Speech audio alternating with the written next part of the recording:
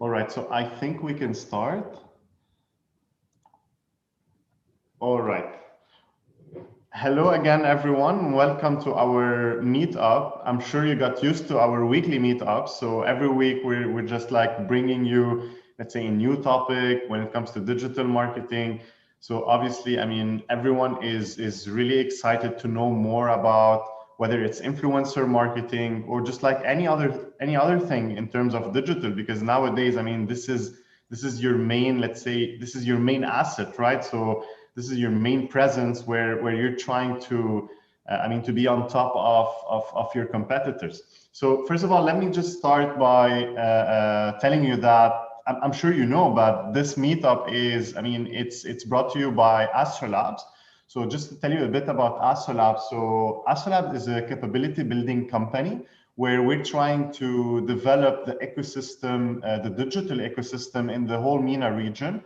And just to tell you a bit more, that Astrolab, I mean, it's split into different areas when it comes of the things that we do. So we have our academy where we have a lot of digital marketing courses, which I'm going to talk to you a bit about our digital marketing course by the end of the session.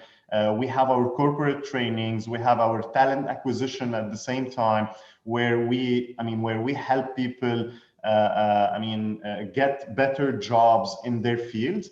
And obviously we have the co-working space and the licensing service where we help businesses establish their, let's say, their companies, whether it's over here in the free zone in Dubai, or whether it's in Saudi, where we have a presence over there as well. So that's in a nutshell about Astrolabs. I'm sure you guys, I mean, might have went to our website and read more about it.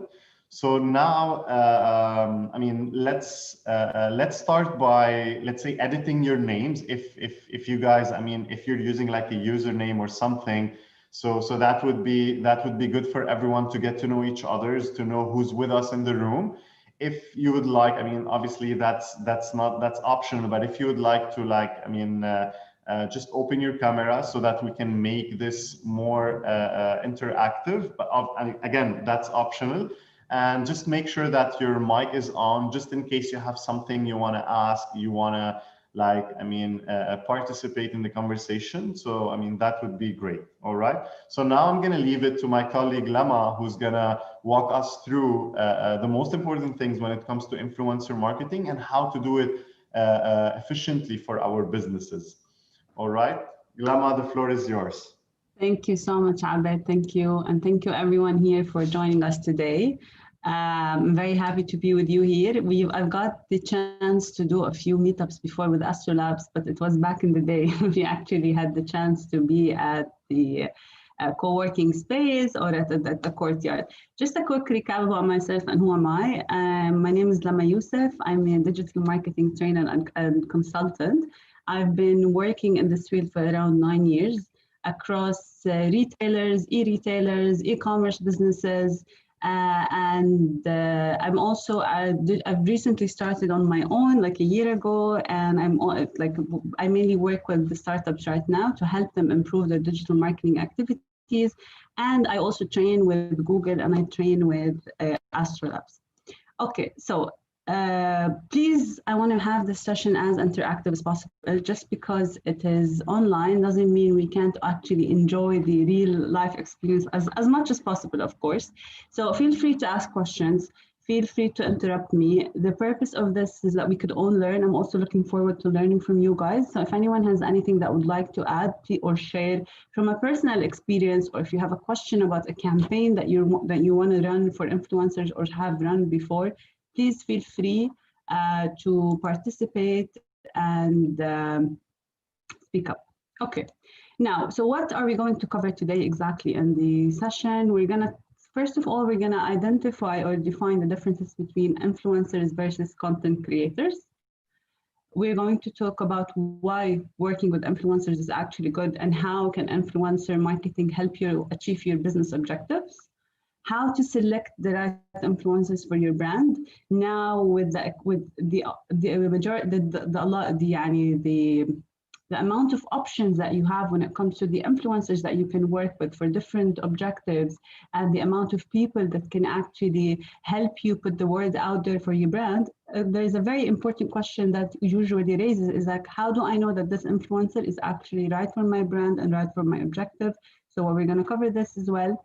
Then we're going to talk about how to actually get in touch with the influencers that you want to work with, what is the best approach, and what are some of the tools that you can use. Then we're going to touch upon measuring your influencers' campaign performance, and this is very, very important and essential. This becomes a bit tricky when we talk about PR, and I actually have nothing against PR. I did have some experience working in PR and with digital influencers, but if we're going to treat digital influencers marketing the way we treat any other digital marketing channel, so Facebook advertising, Google advertising, affiliate marketing, we're going to touch upon that a bit. Or if we're going to talk about SEO, then we have to talk about measurement. The strength of digital marketing, the value if it comes, because you can actually measure return on ad spend or measure basically any KPIs that you set in the beginning of your campaign. So we're going to talk about this.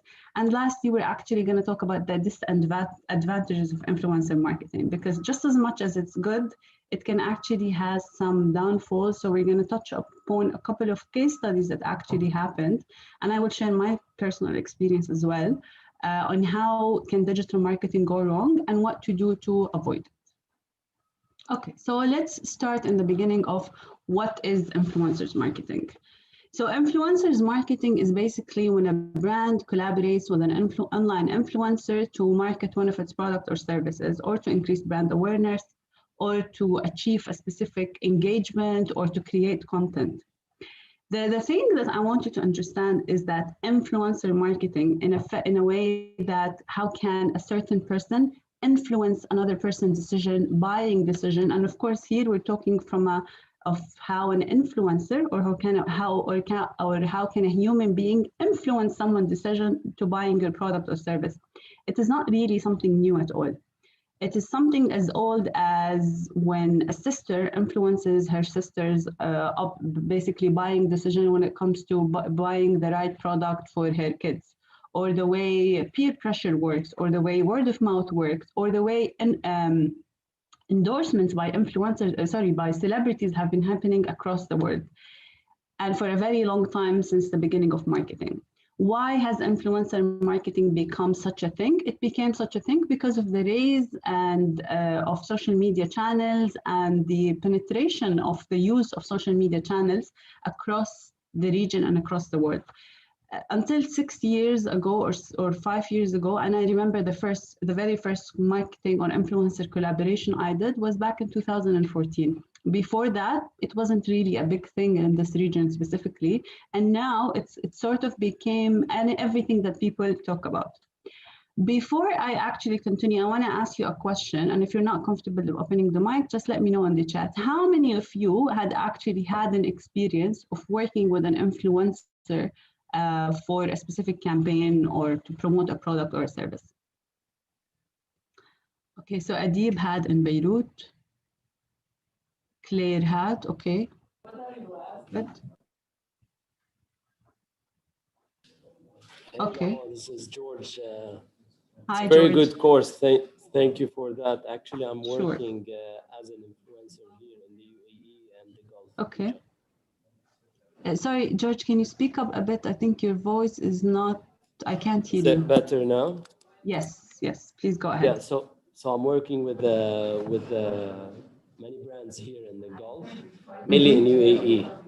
Yeah. Brands like Ducati and Via Agusta, Under Armour, and so on.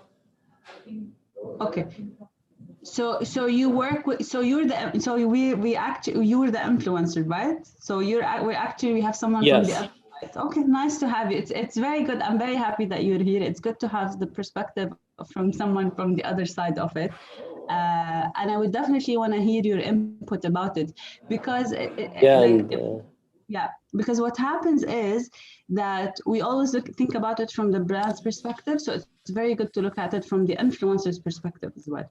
And also for me, it's interesting to be here to understand also what are the brands looking for from their perspective. Exactly. Okay, great. sufficient for me. Thank you. So you're welcome. Let's talk a little bit about influencers versus content creators and what's the difference between them and why is this differentiation important. An influencer who someone has, usually they have a lot of followers, let's say on Instagram or Facebook, if we're talking from a social media influencer point of view, and they can actually influence buying decisions of a product or service, not necessarily buying decision. They can be like, if you think of someone like Elon Musk, for example, Elon Musk is definitely an influencer. He can tweet something on Twitter that would immediately have an impact on the stock market and the stock prices of Tesla, for example. And I think some of you are familiar with the issue that he had, and he wasn't allowed, and he had to step down as SEO and all of this. But I just want to show you the power of it. Donald Trump, for example, is an influencer.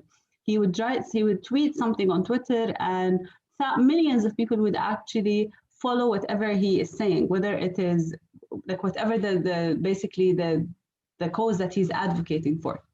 On the other hand, when we talk about content creators, these are people who are usually very talented in creating content and creating videos in different kind of fields and different kind of industries and interests. They could be either this is their profession and they're creating content based on experience, or they could be amateurs or people who are interested in a specific industry. Now, not every content creator is an influencer, and not every influencer is a content creator. And we make this distinction because it also, when we talk about setting up your objective and we talk about setting who to work with, it depends on what are you trying to achieve out of working with an influencer. The other thing, or another definition I want you to look at, is when we talk about influencers specifically, we classify them into micro, macro, and mega influencers. This mainly has to do with the number of followers that they have. If you're going to ask me who is a micro and who's a macro and who's a mega and what's the scale varies. It varies depending on the industry, and it also varies depending on the country. If I want to find a micro, the way I classify it, for example, for the Gulf, for the GCC, I would say a micro, it's someone between 25 or 50,000 to 200,000 followers. A macro is, let's say, 200, 300 to up to 1 million, and then above 1 million is a mega influencer. If we look at the same metrics in the US, for example, and I'm talking about Instagram specifically, if we look at the same metrics in the US, they're going to change drastically, because you can easily find. I'm not going to consider a macro influencer if they a mega influencer if they have 1 million followers, because you have a lot that have 20s, 30s, and 100 million followers on the platform. So also think about the industry. If the industry that this influencer is an influencer in, like lifestyle or beauty and makeup and skincare or food, there are lots of influencers in these. If you're looking for an influencer into education or into medicine or into a very specific industry, usually the number of followers that they have less, but that doesn't mean that the quality is bad. The other thing that I also want you to think about is think always of quality versus quantity. And when we talk about the relevance of followers and relevance of reach, we'll discuss this further. Okay. Here are examples of influencers versus content creators. And I chose these specific examples just to show you the difference. This is Charli D'Amelio. I think I'm pronouncing her name correctly.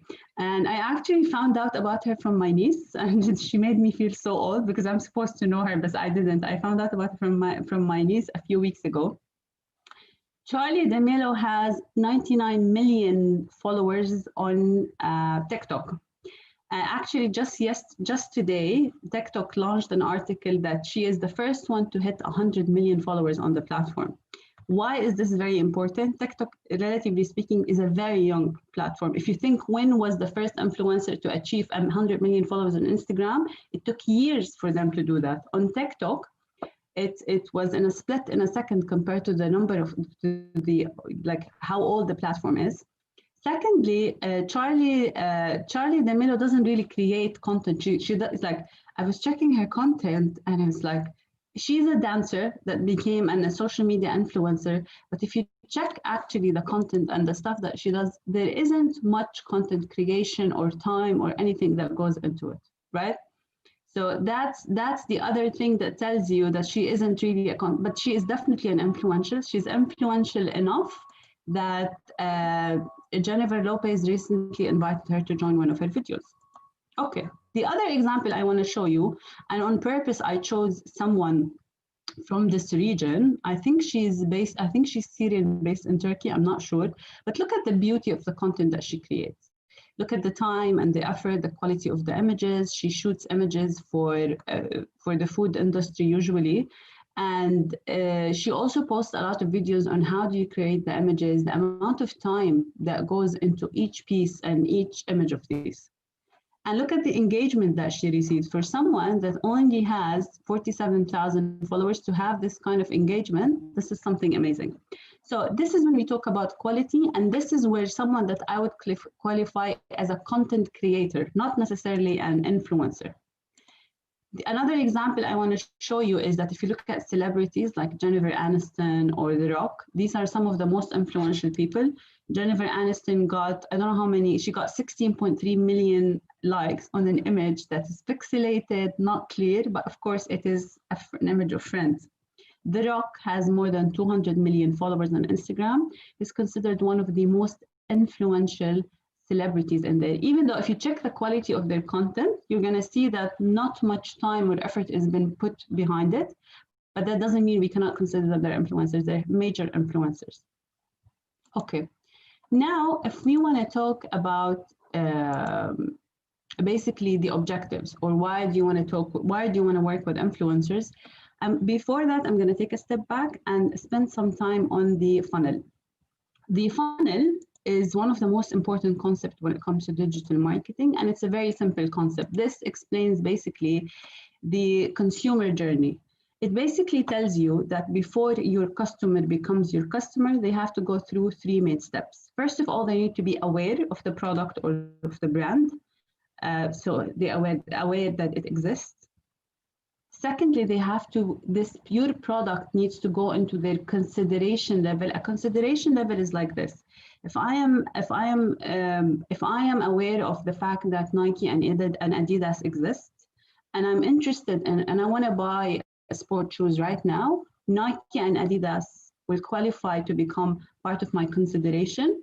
And then I'm going to end up buying an Adidas shoes. And this is what we call the conversion, which is basically I eventually buy the product or the service. This is the funnel that customers follow, or the logic or the steps that we follow to buy any kind of product. Now, as a brand person or as a marketeer or as someone that wants to promote a specific brand or product, you need to identify in which stage of the funnel are you going to use influencers as a channel, and how are they going to help you achieve your objective.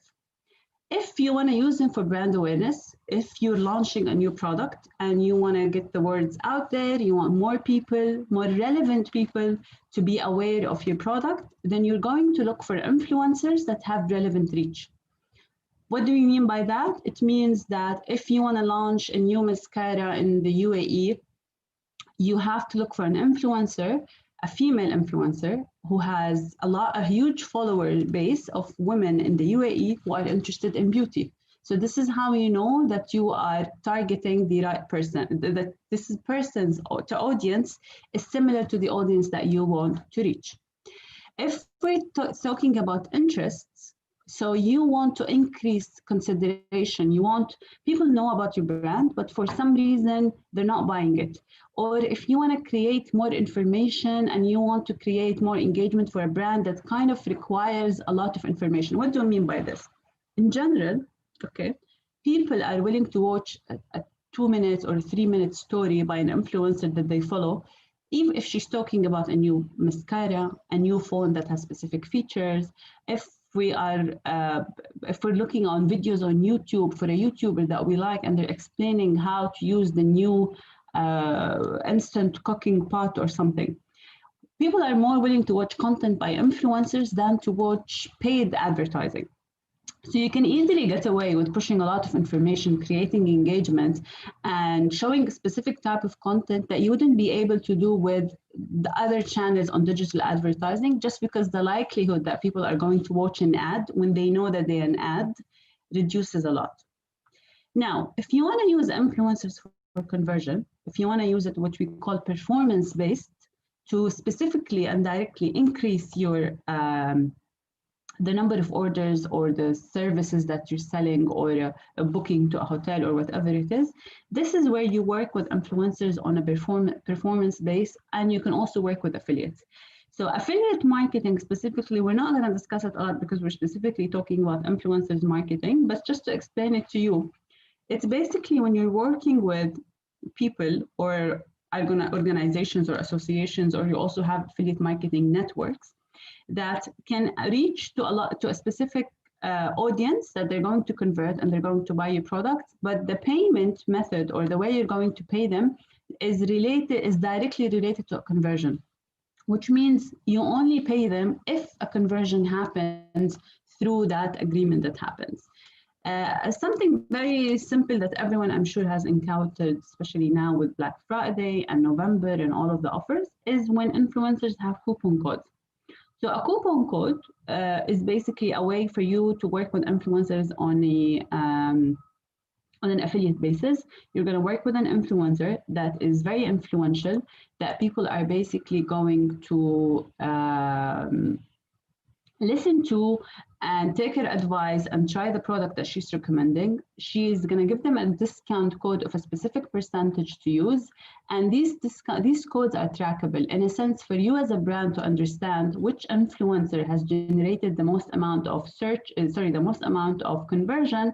The discount code would be an indication because these are unique discount codes. So if I'm working with the influencer, Omar, for example, I'm going to give them a discount code that says Omar. So any transaction that happened underneath this is also trackable. Okay, so how do I select the right influencers and what are the things that you should look at? First of all, you have to look at campaign objectives. This is something very important. Secondly, you need to look at audience relevance. Like we've mentioned, that make sure that you are selecting an influencer that has the right target audience that is relevant for your region. And I just want to say something. For the people who said that they have experience working with influencers, what kind of information do you usually ask them to provide before you start working with them? So Adib, Claire, Shelba. Okay, so their media kit, yes. What kind of information the media kit usually has? Demographics, exactly.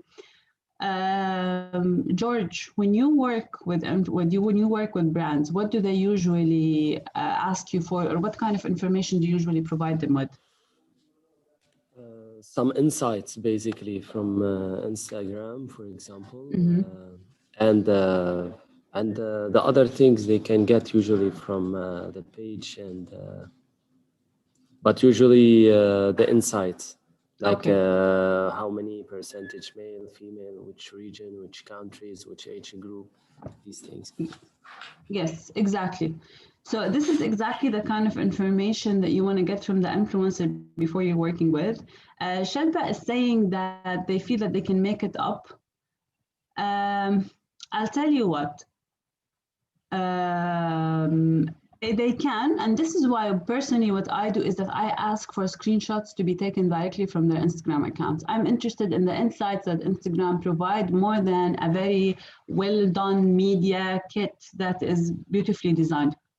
So make sure that they're sending you screenshots or that from the app directly. Adib is saying that insights are more important to me, proper example of previous campaigns. This is exactly one of the things that I usually ask for, and I ask for specific numbers. One of the things is that you guys need to keep in mind that a lot of influencers are not digital marketeers, so they're not really business people. So you have to guide them on what kind of numbers that you want to get. Even when you talk to them about information from previous campaigns, you have ask them for specific metrics, ask them for specific examples of what they've done. And from my personal experience, make sure that you make it clear in the beginning, from the beginning of the agreement, that by the end of the campaign, they should provide numbers or reports on the amount of reach, the engagement, whatever, or the clicks or whatever it is that you're measuring, because unfortunately, a lot of them actually fail to do so at the end of the campaign. So make sure it's clearly mentioned since the beginning. Okay. Some of the other things that you need to look at is content creation quality and authenticity. Just like I showed you, take a look at their Instagram accounts, look at their content creation skills. If you're a brand, especially big brands, you jeopardizing your brand quality if you're not 100% sure that this person is going to create quality content. The other thing why you want to work with people that create quality content is because then you can repurpose this content. You can use this content for your own Instagram account, for your own channels. So it's basically like hitting two birds with one stone. Brand alignment is very important. It's exactly like when we talk about brand alignment, think about, so now because we have so many different influencers, they're trying to stand out by basically so each person has their own authenticity. I'm not kidding you. There is an influencer in Kuwait that tags herself as a short hair influencer. So I've never heard about this before, but this is basically what she's advocating. She's advocating that women can have short hairs.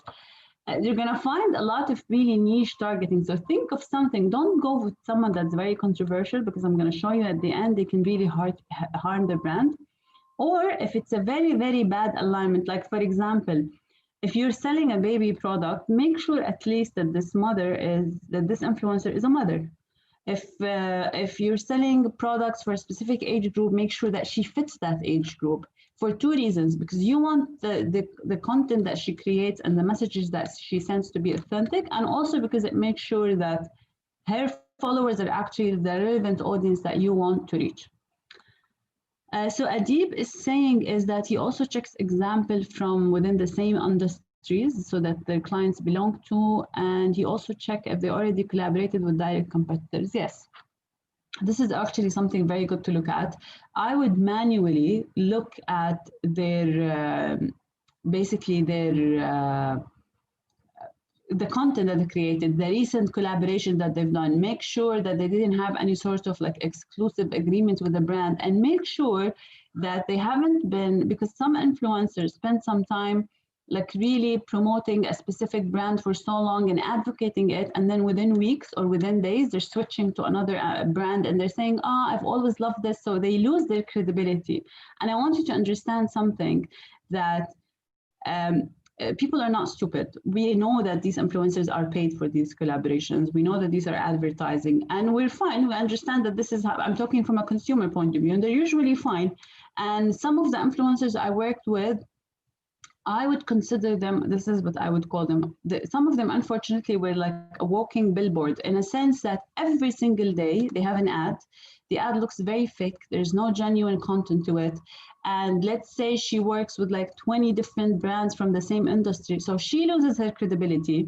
When you as a brand work with her, you also lose part of your credibility. So make sure that you're avoiding this. You need to do your homework. From a cost, channels is something important, and it's in two different things. First of all, make sure that this person is influential on the channels that are important to you. What do I mean by important to me? If you look at specific markets, like for example, Facebook and like Egypt and Jordan, for example, Facebook is still important in these regions. As how much is it used on a daily basis by active customers on these regions? If we look at the GCC and the GCC locals specifically, they're not active on Facebook that much. They're more on Instagram and Snapchat. So choose an influencer that has an influence in the right channels. Secondly, one of the ways I use, and I would also recommend that you use influencers for, if you want to be on Snapchat, but you don't have a Snapchat channel, and it's not easy for anyone to have a Snapchat channel because it requires content creation abilities and time, look for influencers, for people who have a lot of followers on Snapchat in your region, and kind of penetrate that channel through them. Have some sort of visibility on the channel, on people on Snapchat, through someone that already has a lot of following on Snapchat and can kind of fill the gap for you.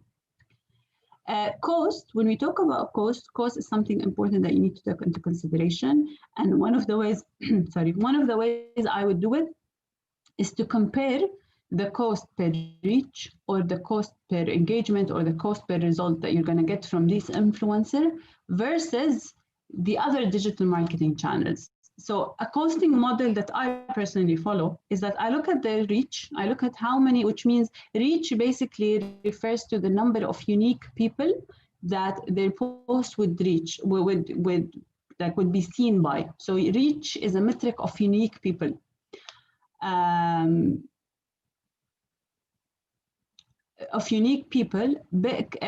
Claire is asking if we have a good technique for finding influencer or Snapchat. We're going to talk right now about a few tools that you can, like a couple of tools that you can use to find influencers and to actually get in touch with them. Based on, so let's say I'm going to work with an influencer and she's saying that she's going to charge me $1,000 per post, and on average her post reaches 50,000 people, let's say. On Instagram, I personally would compare that to an advertising spend. And this is kind of following the traditional model of PR. In PR, what we look at is that we look at what, if you wanna look at the PR value of a specific, in a specific magazine or in a specific, let's say, newspaper, you look at the equivalent value of advertising in that magazine. So if I secured half a page coverage in Zaharat Al-Khalij magazine, and I want to put a value behind it, I would compare it to the value of advertising of a half a page in the magazine. I kind of follow a similar model. I want to understand, is it costing me too much to actually work with this influencer versus the value and the reach? Again, keep in mind, it is not a 1 = 1. Keep in mind that what is the actual value that I'm going to get from the content creation that she creates, from the affinity or the affection that, or the relationship that she has with her followers, and keep in mind the performance. Is she maybe able to, because as I mentioned in the beginning, placing an ad on an Instagram by an advertiser or by a brand is not the same as when you have a story or content done by an influencer. So take this into consideration as well, but make sure that you're not being overcharged for something that could maybe allocate for a budget that could be allocated on another channel. Okay. Now, when you talk about how to get in touch with influencers or how to talk with influencers, there are several things. The first example is Xpen. Xpen.com is basically a website. It's very famous. It's a new website here in the UAE, if you're in this region. And basically, it is people who you can work with on a partner basis. So you don't actually have to pay them. What you do is you're going to offer them vouchers for specific products or services, and you kind of post a project under your profile, and then influencers who want to work with you will select you. All what you have to do is you have to approve it. So this is one new approach that's going to kind of, first of all, it's cheaper than to directly working with them. It would work well for food and for, it's kind of like a win-win situation. And at the same time, it is easier to manage because you don't have to contact each influencer separately. You know, all you have to do is you have a profile, you post the project that you want or the campaign, and then influencers who want to work with you are going to reach out to you. The second website is actually influencers.ae. And that is is a tool that you can sign up to. So Claire, influencers.ae, what you do basically is that you create an account. They're both paid, of course, Xpen and influencers. You have to pay like a subscription fee for it. And then what you can do is that basically it lists multiple influencers in different industry, and it gives you your contact information. It's not easy always to get contact information for them. So influencers.ae is going to help you identify influencers in specific industries and specific regions, which you can then select and get in touch with. Another way that you can get in touch with them is through direct contact. So basically to contact these influencers through the contact information that they have on Instagram pages, on their Facebook pages, or the email addresses that they have, or through PR agencies and their own managers.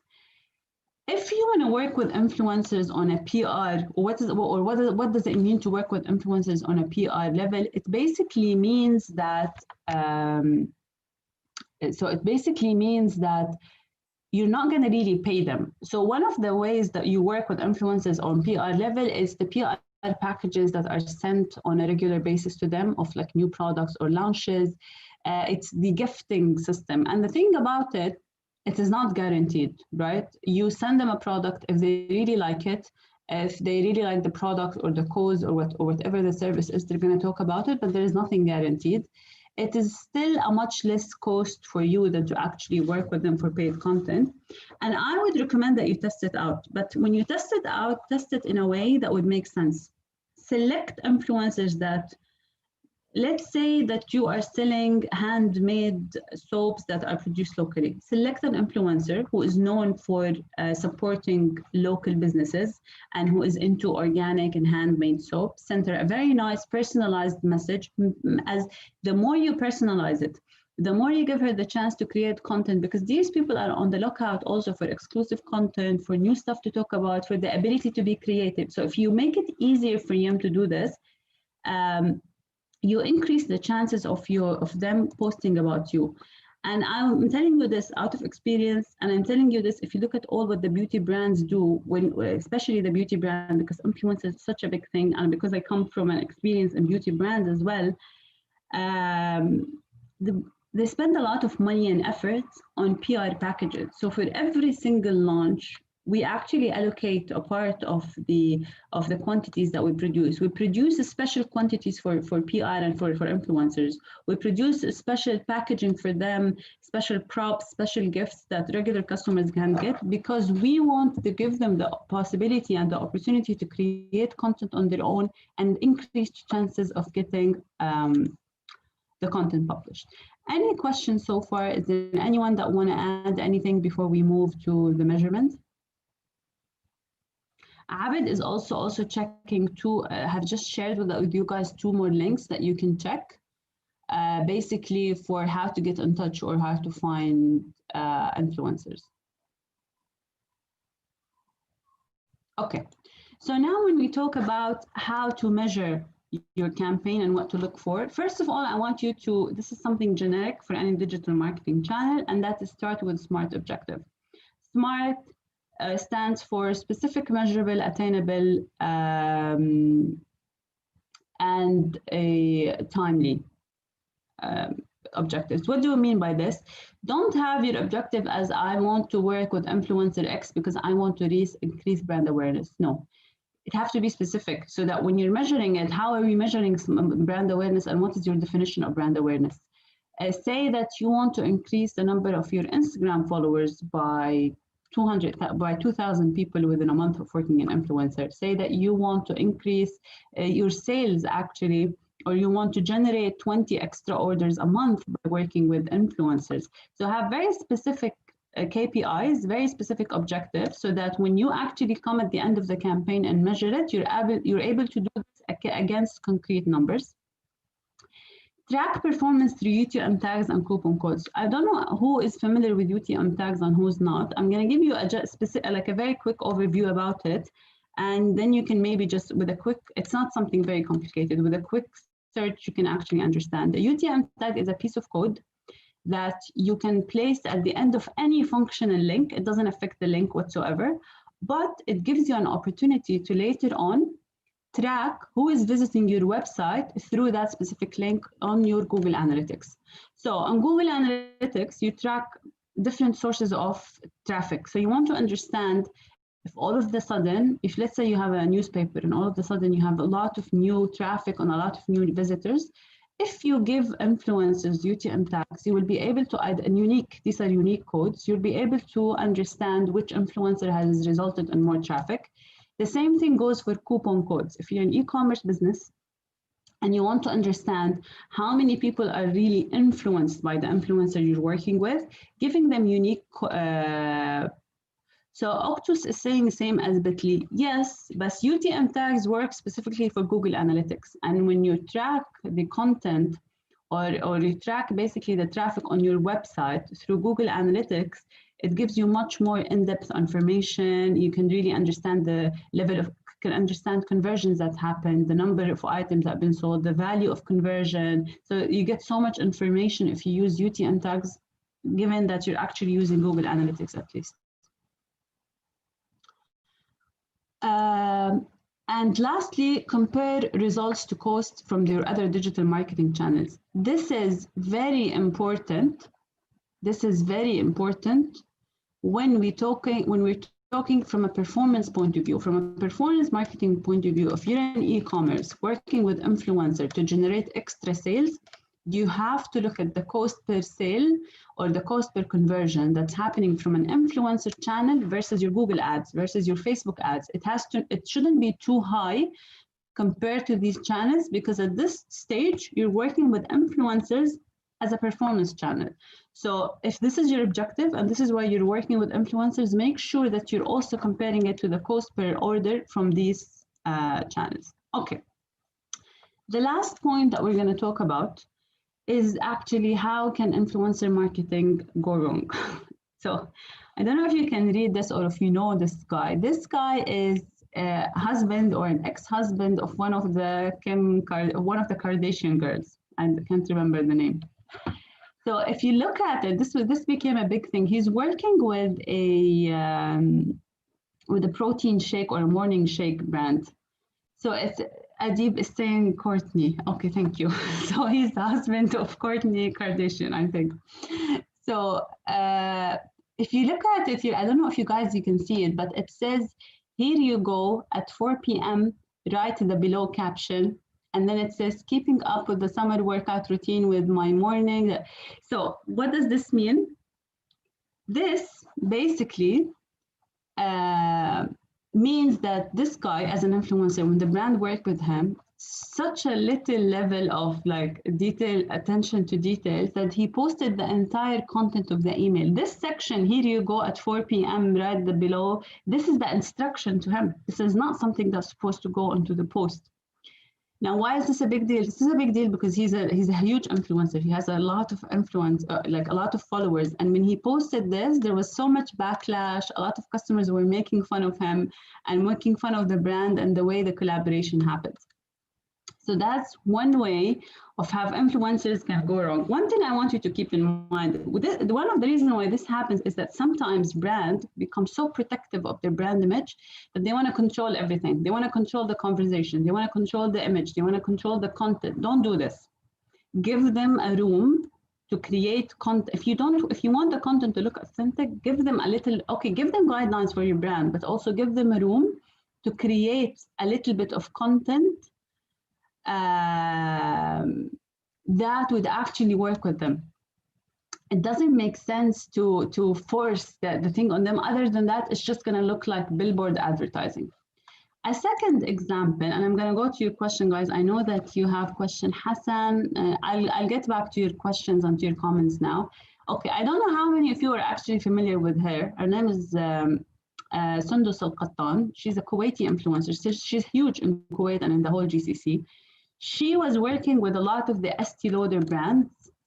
MAC is one of them. Estee Lauder, she had specific collaboration. She launched lipstick with them. And then she made a very stupid and a negative comment about domestic workers in Kuwait. And there was a huge international backlash. It's not about that the backlash only happened in the GCC. The backlash about her happened internationally. And if you Google it, you're going to still find all of the articles that talk about her. So brands like MAC and Estee Lauder had to immediately come and actually say that we stopped working with her, that these opinions do not represent us or our values, that we can't work with her anymore. So this is something I want you to keep in mind. Some actually big really brands in the US, they have agreements and legal agreements with influencers that they work with for this specific reason. Unfortunately, we don't really follow this in this region, but maybe it's something that should be followed. This means that if someone comes and they come up with, because these at the end of the day, they're humans, not everyone has a very well curated content or has someone that can actually manage them well. Actually, in the case of Sundus, she released a statement after the issue that received even further backlash because it was worse than her initial statement.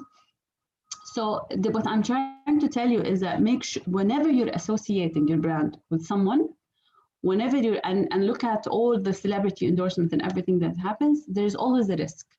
So make sure that whoever you're working with is someone trustworthy, that they have the right image. It's not going to harm your brand image when you work with them. Okay, I had a Hassan is saying, what do you think about celebrity store like Boutiquat? I'm going to tell you something. Boutiquat, regardless of the controversy around it and all of the recent issues, it's actually a very smart concept and it works very well. And I know this because one of the brands I used to work with had used to be a supplier of some of their products, and they do sell well, and it's a very smart model. And it can be very profitable because they don't pay the influencers money for actual promotions. What they do is that it's a percentage, it's an affiliate basis. These influencers are only paid if a transaction happens through their links or through their stores. Item is saying, yeah, he's an idiot. Okay, George, can you please check my Insta account and share your quick feedback? I will do this, George. What you can do is I'll send you my email and you can contact me actually, and maybe drop me a line on my email or something, and I'll send you your feedback there just because of time. But I can definitely give it to you. I'll actually share my email with you now.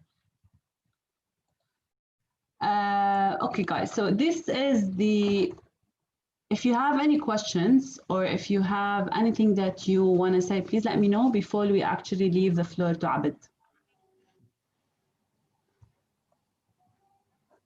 Any questions or comments? Does anyone want to share anything from their personal experience with working with influencers? Actually, I have a question. Yes, sure. So, at what size of business we should look at, influencer marketing? This actually is a very good question. Some people, traditionally, it used to be under PR. I think this is what you're asking, right? So which department usually handles influencer, if I got your question right?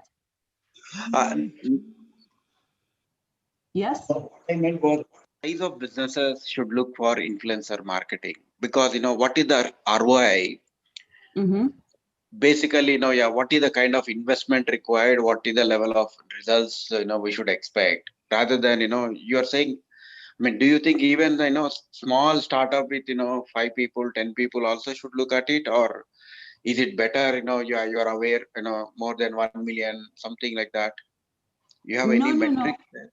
No, I mean, if you're talking about the business size, no, actually, I feel that startups are the ones that can benefit the most from influencers. Even though influencers work very well from a performance point of view, but actually, they still be the biggest value you can get from them is brand awareness and its discovery. A lot of people discover new products. So if you're gonna, it's not about the size of the business, it's about the industry of the business. If you're into beauty, fashion, food, most of consumer goods, influencers can be really beneficial to you because the regular people that use regular products on a daily basis, they can incorporate these within. So I work with very small startups that actually benefited a lot from working with influencers. The way they work with them, as I told you, they actually start by working them on a gifting basis, on a PR basis, sharing with them personalized items, a personalized story, and a personalized note. And a lot of influencers now are actually willing to support small businesses for free, especially now during the pandemic and everything. But it is not guaranteed, but it is definitely an approach that you should consider. And I've seen influencers promoting everything from like English learning courses to consumer products, to cars, to everything basically. So the size of your business doesn't really matter. It's about the industry, the kind of product or the service that you provide, and if you can find relevant influencers for it. But doctors can be influencers for specific products like medicinal products or specific health products. Lawyers can be, if you have a specific service account, anyone can be really an influencer if they're the right match for whatever you're trying to promote. By the way, guys, do you know what we used to call influencers in the past? They used to have another term. They used to have another definition. Does anyone know? Actors? No, not bloggers, not actors. I'm sure you've heard of the term thought leaders. It's very close to that, Adib. They used to be called key opinion leaders, KOL. So we used to call them, I mean, that before obviously the term influencer got trendy, right? So yeah, I mean, because these guys have a specific opinion in a specific field or in a specific area. So yeah, I mean, we used to call them key opinion leaders. And now they call the doctors key opinion leaders because, I mean, for a doctor to be an influencer, they don't want to position the doctor as like a lifestyle influencer. So usually they call them KOL because obviously they're giving their opinion about something maybe scientific, or they're trying to promote a drug or something else. Yeah. Any other questions, guys? What would you consider to be minimum effective engagement rate for an influencer? So that's a very good question, Claire. By the way, let me share with you a tool where you can get engagement rates. So just a second. The question to you, Claire, is how are you calculating engagement? Are you calculating it based on reach or based on the number of followers? Because So I used to do it by the number of followers, and I find that in the UK and around the world that is effective. But here in the UAE, I find it really hard because most people do have fake followers, even if they don't mean to. They're usually there. So by reach is a bit more effective. Exactly. So if you do it by reach, if you do the percentage of engagement by reach, it's actually much more fair because organic reach is diminishing further and further on Instagram and on Facebook. They're pushing more for paid reach and stuff. So to number of followers is not a very good indicator. Think about reach. Also, take into consideration at least a month worth of content when you're doing this. Like at least look at the average per month of engagement over reach per post, which should give you a good indication. 5% is good, is actually very high. Like 5%, technically speaking, is a very high. Something to keep in mind, the bigger the influencer, the more the followers, the less the engagement is. Exactly. And something I generally found here, specifically in the region, people in the KSA and GCC, the countries I covered, let's say GCC versus other Arab countries, they're less clicky and less engaging. We used to joke about it, but their engagement is very expensive. Even though they could be actually liking the content, they could be actually buying. I've worked with influencers that gave me an amazing return on ad spend when we gave her a cost per, like when we gave her a code to work with, as the engagement wasn't necessarily high. It's not because, but just because people are not bothered. And I want you to keep something about clickiness. This is Facebook's own studies. Around 90% of clicks on Facebook or of engagement are generated by 8% of the population. It's just that you're either an engaging person or not. I'm not a very engaged, like I would see a content, I would like it, but I would not, like I wouldn't comment. It's very difficult for me to comment. And I wouldn't, I might double tap on Instagram if I really like the content. Look at saved items. A lot of people on Instagram, the indication of how many people actually saved an image that they see. And I find this one of the highest level of engagement because it means that you want to go back to it, that it's very important, that you want to refer back to it. So it's a good indication to look at how often this person's content gets saved on people's accounts.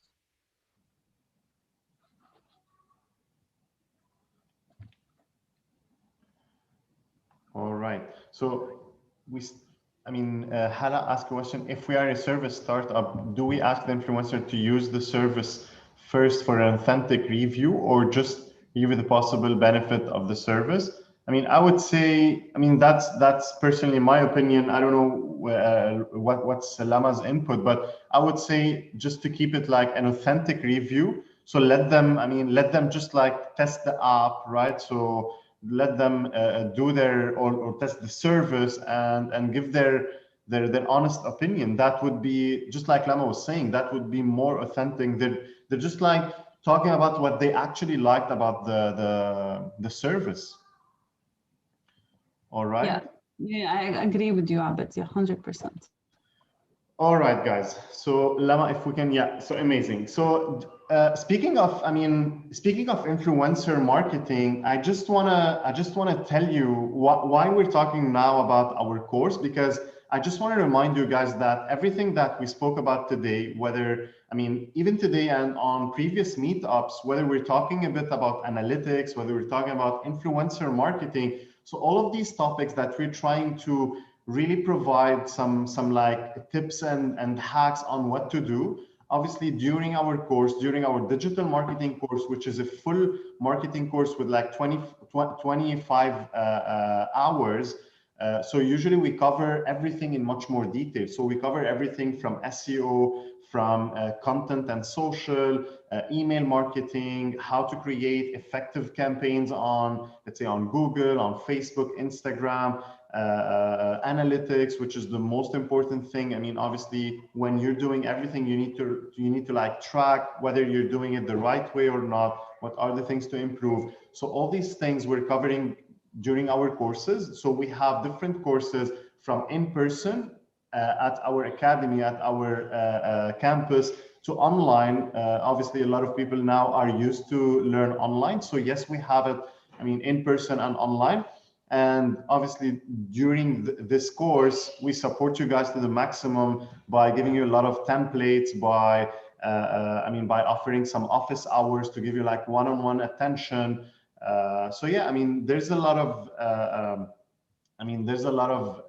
benefits throughout our course. I would really recommend you guys to visit our website to know more about the courses that we have.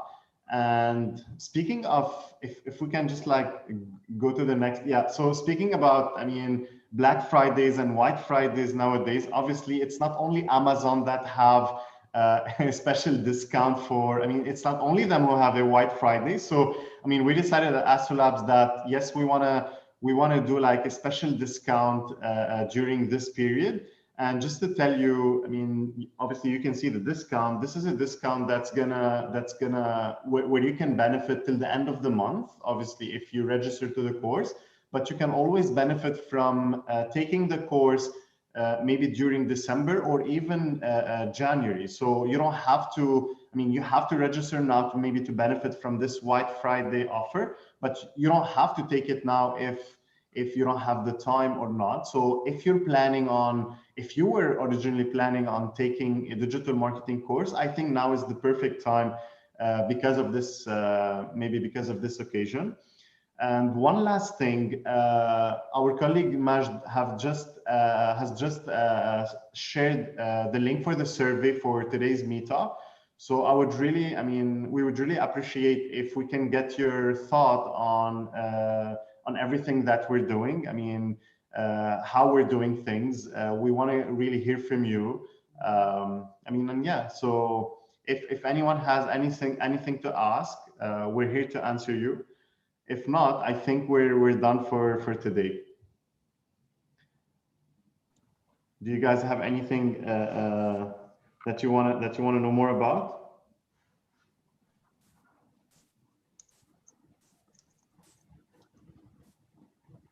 All right. Thank you. Thank you, guys. Thank you, Lama. Thank you so much, guys. Thank you, Abed. Thank you, and enjoy. Have a lovely day, everyone. Thank you. All right, guys. Thank you.